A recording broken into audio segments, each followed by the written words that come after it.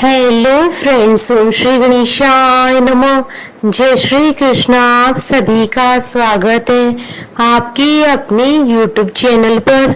Friends, आज हम आपको इस वीडियो में बताने जा रहे हैं सर्वपितृ कार्य अमावस्या की कथा, मुहूर्त और सर्वपितृ कार्य अमावस्या पर क्या कार्य करें और क्या कार्य न करें, और सर्वपितृ अमावस्या के दिन पितरों को विदा करने की विधि के बारे में। साथ ही हम आपको इस वीडियो में बताएंगे सर्वपितृ कार्य अमावस्या के दिन पितृ दोष से मुक्ति के लिए किए जाने वाले अचूक उपाय के बारे में। फ्रेंड्स, वीडियो शुरू करने से पहले आपसे रिक्वेस्ट है, अगर आप हमारे चैनल पर नए हैं और आपने अभी तक चैनल को सब्सक्राइब नहीं किया है तो प्लीज सब्सक्राइब कीजिएगा चैनल को, साथ ही प्रेस कीजिएगा बेल आइकन को, जिससे नए वीडियो से रिलेटेड नोटिफिकेशन आपको तुरंत प्राप्त हो सके। और वीडियो पसंद आने पर वीडियो को लाइक और शेयर जरूर कीजिएगा ताकि सभी भक्तों को इस वीडियो का लाभ प्राप्त हो सके।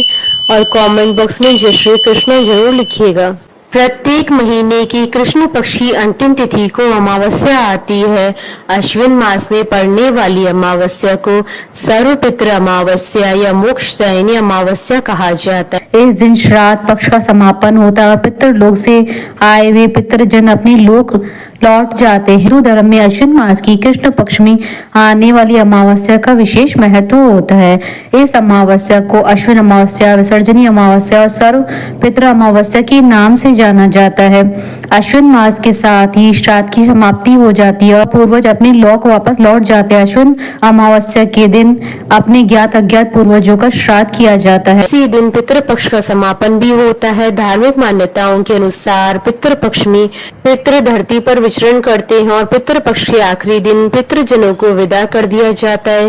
इस दिन तर्पण, श्राद्ध और पिंडदान आदि कार्यों को करने का विशेष महत्व माना गया है। इस दिन पितरों के नाम से तर्पण व दान करने से पितृ प्रसन्न होते हैं, वह अपना आशीर्वाद देते हैं। इस दिन उन सभी पितरों का श्राद्ध किया जाता है जिनकी मृत्यु तिथि के बारे में जानकारी न हो या फिर याद न हो, इसलिए इसे सर्वपितृ अमावस्या कहा जाता है। मान्यता है कि इस दिन पितरों के निमित्त धूप देने से मानसिक शांति प्राप्त होती है। वैसे तो प्रत्येक अमावस्या तिथि को तर्पण और पिंडदान किया जा सकता है, लेकिन पितृपक्ष के आखिरी दिन पड़ने वाली इस अमावस्या तिथि पर पिंडदान, श्राद्ध व पितरों के निमित्त दान करने का खास महत्व होता है। मान्यता है कि पितरों का श्राद्ध व तर्पण करने से वे प्रसन्न होते हैं और अपना आशीर्वाद देते हैं, जिससे आपके घर में सुख और समृद्धि और खुशहाली आती है। फ्रेंड्स, अब आइए जानते हैं साल 2025 की सर्वपितृ अमावस्या की शुभ मुहूर्त के बारे में। हिंदू पंचांग के अनुसार साल 2025 में सर्वपितृ अमावस्या 21 सितंबर 2025 रविवार के दिन है। अश्विन कृष्ण अमावस्या तिथि प्रारंभ होगी 20 सितंबर की रात्रि यानी 21 सितंबर की सुबह 12:16 पर और अश्विन कृष्ण अमावस्या तिथि का समापन होगा 21 सितंबर की रात्रि यानी 22 सितंबर की सुबह 1:23 पर। और अमावस्या के श्राद्ध के लिए कुतुब मुहूर्त रहेगा 21 सितंबर 2025 को सुबह 11:55 से दोपहर 12:44 तक। कुल अवधि 49 मिनट है। और रोहिणी मुहूर्त रहेगा दोपहर 12:44 से दोपहर 1:33 तक। कुल अवधि 49 मिनट है। और अपराह्न काल का मुहूर्त रहेगा दोपहर 1:33 से दोपहर 3:59 तक। कुल अवधि 2 घंटे 26 मिनट है। और इस दिन सर्वार्थ सिद्धि योग और आनंद आदि योग का शुभ संयोग भी बन रहा है। सर्वार्थ सिद्धि योग और आनंद आदि योग का प्रारंभ होगा 21 सितंबर 2025 को सुबह 9:32 से अगले दिन सुबह 6:15 तक। और इस दिन सूर्य ग्रहण भी है, लेकिन यह सूर्य ग्रहण भारत में नहीं दिखाई देगा, इसलिए इसका सूतक काल मान्य नहीं होगा। फ्रेंड्स, अब हमारे चैनल पर ज्वाइन बटन को दबाकर हमारे चैनल के मेंबर भी बन सकते हैं। हम हमारे चैनल के मेंबर्स के कमेंट्स को टॉप प्रायोरिटी पर रखकर उनका रिप्लाई करते हैं। हिंदू पंचांग के अनुसार श्राद्ध तर्पण के लिए कुतुब, रोहिणी और अपराह्न काल के मुहूर्त मान्य होते हैं। अपराह्न काल के मुहूर्त तक श्राद्ध संपन्न कर देनी चाहिए। श्राद्ध के अंत में तर्पण किया जाता है। फ्रेंड्स, अब आइए जानते हैं सर्वपितृ अमावस्या पर पितरों को विदा करने की विधि के बारे में। इस दिन प्रातः काल उठकर बिना साबुन के स्नान करें और स्वच्छ वस्त्र धारण कर लें। अब श्राद्ध के लिए सात्विक भोजन तैयार करें। बनाए गए पकवान में से थोड़ा थोड़ा भोजन निकालकर एक थाली में लगाएं।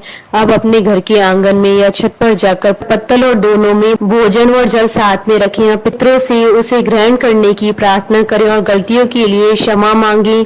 अपने घर की देहरी पर उपले की अंगार पर घी, चीनी और चावल के कुछ दाने डालकर अग्नि प्रज्वलित कर अग्यारी करें। शाम के समय सरसों के तेल का दीपक जलाकर चौखट पर रखें या पितरों से आशीर्वाद बनाए रखने और अपने लोक लौटने का आग्रह करें। फ्रेंड्स, अब आइए जानते हैं सर्व पितृ कार्य अमावस्या के दिन क्या कार्य करने चाहिए और क्या कार्य नहीं करने चाहिए। इस दिन पितरों का आशीर्वाद प्राप्त करने के लिए ब्राह्मणों को घर पर बुलाएं और आदर के साथ उन्हें भोजन करवाएं और दक्षिणा देकर उन्हें विदा करें। इस दिन गाय, कुत्ते और कौवे को भोजन अवश्य कराना चाहिए। ऐसा करने से पितृ प्रसन्न होते हैं। सर्व पितृ अमावस्या के दिन चींटियों को शक्कर मिला हुआ आटा खिलाएं, गाय को हरा चारा खिलाएं। ऐसा करने से आपको कष्टों से मुक्ति मिलेगी। पितृ पक्ष में पशु पक्षियों को अन्न जल देने से विशेष लाभ मिलता है। इन्हें भोजन देने से पितृगण संतुष्ट होते हैं। इस दिन पितरों के निमित्त असहाय व गरीब लोगों को भरपेट भोजन कराएं। ऐसा करने से आपके घर की आर्थिक परेशानी दूर होती है और धन संपत्ति का आगमन होता है। इस दिन संध्या काल में घर के ईशान कोण में पूजा वाले स्थान पर गाय के घी का दीपक जलाएं। ऐसा करने से आपको सभी सुखों की प्राप्ति होगी। अनेकों परेशानियों से छुटकारा पाने के लिए इस दिन सुबह स्नान आदि करने के बाद आटे की गोलियां बनाएं और किसी तालाब या नदी के किनारे जाकर ये आटे की गोलियां मछलियों को खिला दें। फ्रेंड्स, अब आइए जानते हैं सर्वपितृ कार्य अमावस्या के दिन क्या कार्य नहीं करने चाहिए। सर्वपितृ अमावस्या के दिन जो भी कोई व्यक्ति आपके घर दान दक्षिणा लेने आए उसे खाली हाथ नहीं लौटाना चाहिए। आप जितना दान या दक्षिणा देने में समर्थ हो उतना जरूर करें। साथ ही इस बात का विशेष ध्यान रखें कि अगर इस दिन आपके घर कोई भूखा व्यक्ति खाना मांगते हुए आता है तो उसे खाने के लिए मना नहीं करना चाहिए। ऐसे व्यक्ति को खाना खिलाएं या चावल आटा दान करें। सर्वपितृ अमावस्या के दिन भूल कर भी मांस मदिरा का सेवन न करें। ऐसा करना पितृ दोष का कारण बन सकता है, इसलिए इस दिन मांस मदिरा के सेवन से बचें। इस दिन बाल नाखून नहीं काटने चाहिए। साथ ही ध्यान रखें कि इस दिन शेविंग भी नहीं करवानी चाहिए। मान्यताओं के अनुसार ऐसा करना अशुभ माना जाता है। इस दिन किसी के साथ बुरा व्यवहार न करें। अपने से बड़े लोगों का अपमान नहीं करें। ऐसा व्यवहार अच्छा नहीं माना जाता है। मान्यता है कि विशेष रूप से सर्वपितृ अमावस्या के दिन ऐसा करने से घर में पितृ दोष लगता है। इस दिन आप श्राद्ध करें तो उसमें लोहे के बर्तन, बांसी फल फूल और बांसी अन्न का प्रयोग न करें। इसके अलावा उड़द दाल, मसूर, चना, खीरा, जीरा, सत्तू, मूली का भी सेवन न करें। यह पूर्णतः वर्जित होता है। फ्रेंड्स, अब आइए जानते हैं पितृदोष से मुक्ति के लिए सर्वपितृ अमावस्या के दिन किए जाने वाले अचूक उपाय के बारे में। सर्वपितृ अमावस्या के दिन पितृ चालीसा का पाठ करने से पितृदोष से मुक्ति मिलती है। फ्रेंड्स, अब आइए प्रारंभ करें सर्वपितृ अमावस्या की कथा। देवताओं के पितृगण अग्निश्वात जो सोमपत लोक में निवास करते हैं उनकी मानसी कन्या अक्षोदा नाम की एक नदी के रूप में अवस्थित हुई। मत्स्य पुराण में आछोद सरोवर और अक्षोदा नदी का जिक्र मिलता है जो कि कश्मीर में है। एक बार आछोदा ने 1000 वर्ष तक तपस्या की जिससे प्रसन्न होकर देवताओं के पितृगण अग्निश्वात और बृहस्पति अपने अन्य पितृगण अमावस के साथ अक्षोदा को वरदान देने के लिए आश्विन अमावस्या के दिन उपस्थित हुए। उन्होंने अक्षोदा से कहा कि हे पुत्री, हम सभी तुम्हारी तपस्या से अति प्रसन्न हैं, इसलिए जो चाहो वह वर मांग लो। लेकिन अक्षोदा ने अपने पितरों की तरफ ध्यान नहीं दिया।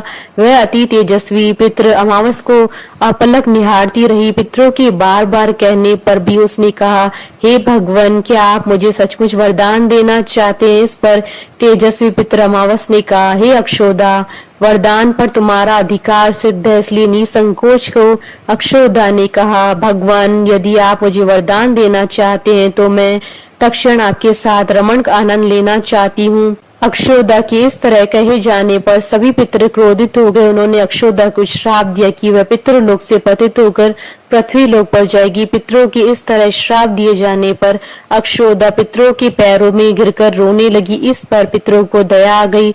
उन्होंने कहा कि अक्षोदा, तुम पतित योनि में श्राप मिलने के कारण मत्स्य कन्या के रूप में जन्म लोगी। पितरों ने आगे कहा कि भगवान ब्रह्मा के वंशज महर्षि पराशर तुम्हें पति के रूप में प्राप्त होंगे। तुम्हारे गर्भ से भगवान व्यास जन्म लेंगे। उसके उपरांत भी अन्य दिव्य वंशों में जन्म लेते हुए तुम श्राप मुक्त होकर पुनः पितृलोक में वापस आ जाओगी। पितरों के इस तरह कहे जाने पर अक्षोदा शांत हुई। अमावस के ब्रह्मचर्य और धैर्य की सभी पितरों ने सराहना की एवं वरदान दिया कि यह अमावस्या तिथि अमावस के नाम से जानी जाएगी। जो प्राणी किसी भी दिन श्राद्ध न कर पाए वह केवल अमावस्या के दिन श्राद्ध तर्पण करके सभी बीते 14 दिनों का पुण्य प्राप्त करते हुए अपने पितरों को तृप्त कर सकते हैं। तभी से प्रत्येक माह की अमावस्या तिथि को सार्वजनिक महत्व दिया गया और यह तिथि सर्व पितृ श्राद्ध के रूप में मनाई जाती है। उसी पाप के प्रायश्चित हेतु कालांतर में यही अक्षोदा महर्षि पराशर की पत्नी एवं वेद व्यास की माता सत्यवती बनी थी। तत्पश्चात समुद्र की अंशभूत शांतनु की पत्नी हुई और 2 पुत्र चित्रांगद तथा विचित्र वीर्य को जन्म दिया था। इन्हीं के नाम से कलयुग में अष्ट का श्राद्ध मनाया जाता है। हमारे साथ इस वीडियो में अंत तक बने रहने के लिए आपका धन्यवाद। ओम श्री गणेशाय नमः। जय श्री कृष्ण।